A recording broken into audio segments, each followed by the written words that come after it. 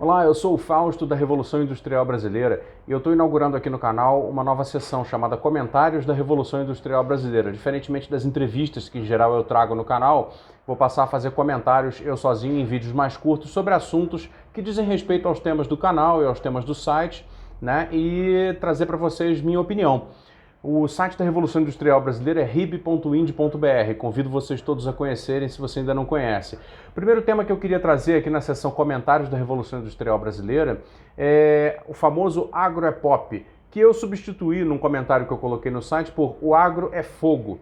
Todos nós estamos vendo muito entristecidos, né, a queima do nosso patrimônio natural no Brasil. A Amazônia e agora o Cerrado e o Pantanal começam a entrar em chamas descontroladamente, e isso tem uma razão histórica, né, e econômica muito profunda, que não se relaciona só com o assunto do momento, né? Claro que o governo do momento vai trazer uma desculpa de momento, é a massa vegetal disso daquilo, a ocupação disso daquilo e tal, mas o fato é, se nós no Brasil não tivéssemos uma economia tão dependente da exploração dos recursos naturais, da riqueza fácil da natureza, nós hoje talvez tivéssemos a condição de desenvolver o nosso país e manter preservada a natureza, o patrimônio natural brasileiro, a massa vegetal brasileira, né? Os nossos biomas, né?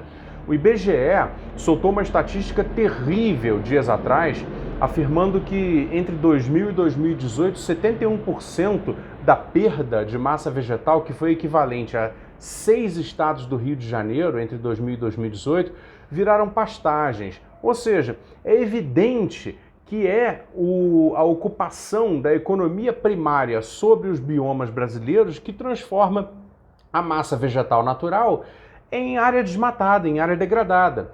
Ou seja, o que é que deve se propor então para que o Brasil possa sair do ciclo, né, de economia primária e voltar a ter uma economia, pelo menos tentar ter uma economia que preserve, né, o meio ambiente e consiga ao mesmo tempo desenvolver e fazer crescer a economia? A resposta para isso é indústria, né? Sem indústria não há floresta.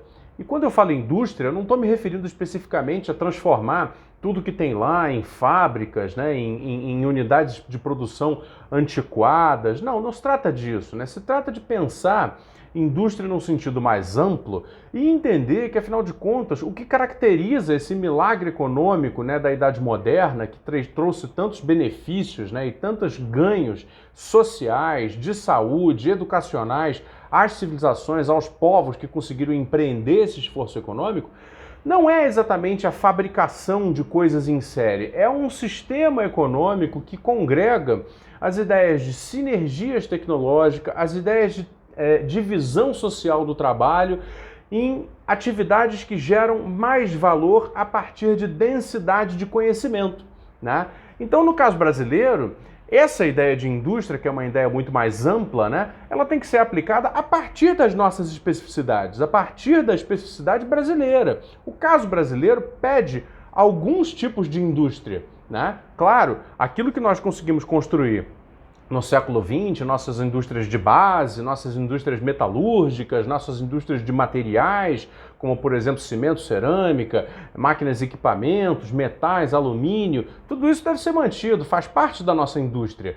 Porém, para fazer a preservação do patrimônio natural, que é uma urgência do nosso momento, né, uma urgência do século XXI, através de uma reindustrialização séria, comprometida, o Brasil precisa pensar em novas indústrias. O Brasil precisa pensar num grande biocomplexo industrial, ou complexo bioindustrial, como você quiser, tanto na Amazônia, quanto no Pantanal, quanto no Cerrado, em que o agro deixe de ser a força motriz dessas economias e a força motriz passe a ser o conhecimento armazenado dentro desses biomas. A Amazônia, como diz o meu grande amigo economista André Roncalha, é uma imensa, infinita biblioteca natural. E nós estamos queimando os livros dessa biblioteca natural. Ao invés disso, um plano de bioindustrialização da Amazônia, do Pantanal e do Cerrado não precisa derrubar nenhuma árvore, não precisa queimar nada, não precisa mais ceder nenhum centímetro à pastagem, nem fazer garimpo ilegal em terra indígena. Um biocomplexo industrial na Amazônia, no Cerrado e no Pantanal O que ele precisa é de muita ciência. Ele precisa basicamente chegar lá dentro, extrair moléculas em vez de plantas, folhas em vez de árvores, seivas em vez de extensões, talhões inteiros, sementes em vez de grandes quantidades de minerais. Né? Esse complexo bioindustrial, uma vez que extraia esses componentes, vai depender bastante de bioquímica, vai depender bastante de conhecimentos farmacêuticos, vai depender bastante de conhecimento de ciência de materiais e uma série de outras disciplinas científicas que, uma vez colocadas em ação, podem extrair dessas moléculas, e não da massa vegetal quantitativa, mas sim das moléculas, ou seja, uma economia qualitativa, né? Extrair dali grandes, né, sequências inteiras de novos produtos, produtos que serão químicos, farmacêuticos, biomiméticos, biofarmacêuticos, suplementos alimentares e até mesmo novidades materiais que podem vir a ser aplicadas em economias muito sofisticadas. Por exemplo, a economia da biomedicina, das cirurgias. Imagine você pensar em implantes que se incorporam dentro do corpo humano porque eles têm base natural, base biológica, né? Membranas, resinas, etc, etc, etc. O céu é o limite para se pensar no biocomplexo industrial da Amazônia, do Cerrado e do Pantanal, mas para isso é necessário que o Brasil pare de uma vez por todas de ter uma visão primarista sobre a sua economia para aquelas regiões e passe a ter uma visão de indústria do século XXI para aquelas regiões.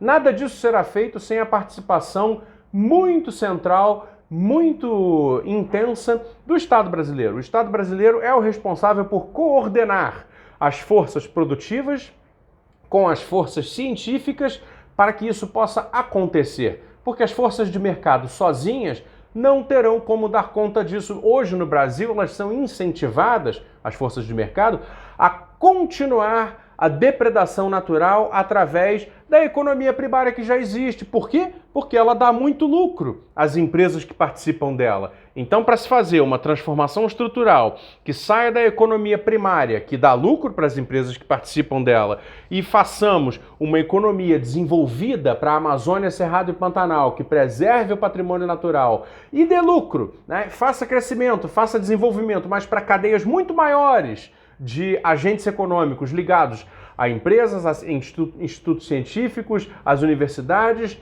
né, e ao próprio país como um todo, gerando benefícios para a sociedade inteira, apenas com uma grande política pública de longo prazo para reindustrializar o Brasil a partir da preservação do meio ambiente. Sairmos do agro é pop para reconhecer que o agro é fogo e daí virmos a uma nova realidade que diz: sem indústria não há floresta. Não qualquer indústria, mas essa indústria do século XXI que é que nós estamos propondo aqui. Obrigado, pessoal. Até o próximo comentário da Revolução Industrial Brasileira.